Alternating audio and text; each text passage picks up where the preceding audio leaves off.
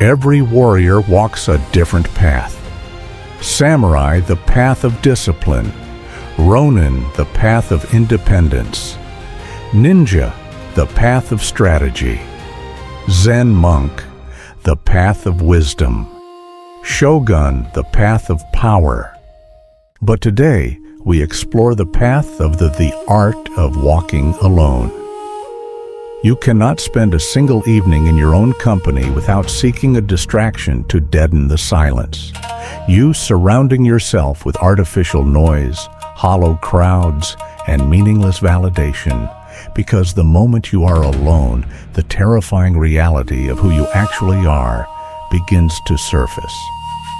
You operate in a state of perpetual psychological cowardice, incapable of making a decision without a consensus, unable to walk a path without a crowd holding your hand, and terrified of being seen without a flock.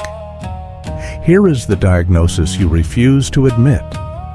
You are addicted to the comfort of the herd. You trade your autonomy for belonging and your identity for approval. You believe that walking alone is a tragic misfortune or a sign of social rejection. In truth, your inability to stand by yourself is the exact reason you're easily broken, easily swayed, and perpetually weak.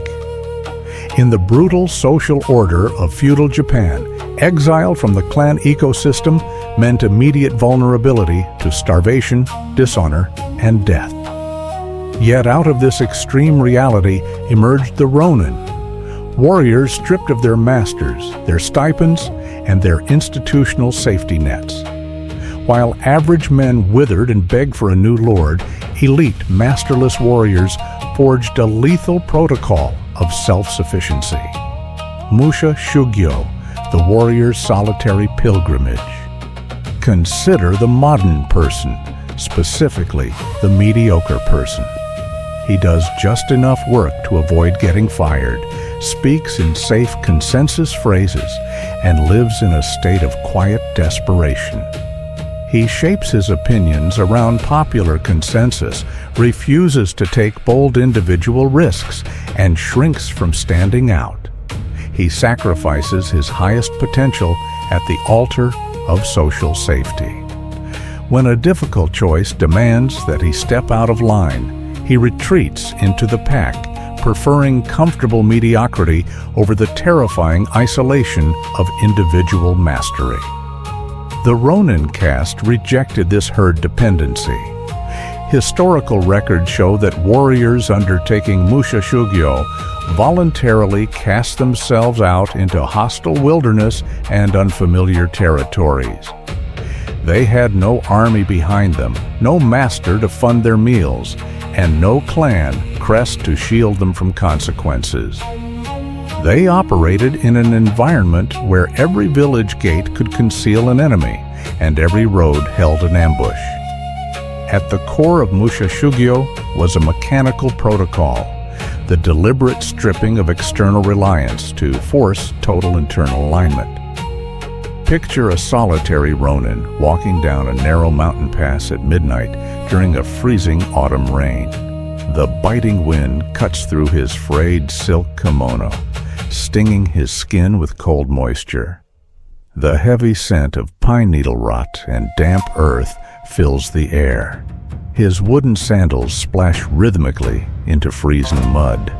His hands remain steady near the wraps of his twin blades. He has no destination, no tavern awaiting him, and no companion to share the burden of the night.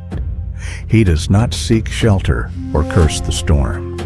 Through the discipline of Musha Shugyo, he uses the absolute isolation to sharpen his sensory awareness. Every rustle of leaves in the dark, every shift in wind direction, and every vibration of his footstep becomes a data point for survival. It is noted in historical accounts of martial pilgrimages that warriors on Musha Shugyo tested their techniques against unknown masters, sleeping in cold mountain caves and honing their spirit against the razor edge of solitude. They learned that when you have no master to protect you, you become your own ultimate authority. Popular legend often romanticizes the Ronin as tragic, poetic outcasts or lawless mercenaries. Strip away the folklore, and the cold historical reality stands exposed. Musha Shugyo was an uncompromising filter that destroyed the weak and forged the independent. It proved that true power is not found in the strength of an army, but in the unshakable center of a man who needs no army to validate his existence. Modern life has systematically engineered you to fear solitude. It has taught you that being alone means being unwanted, and that independence is dangerous. You fail because you mistake isolation for loneliness.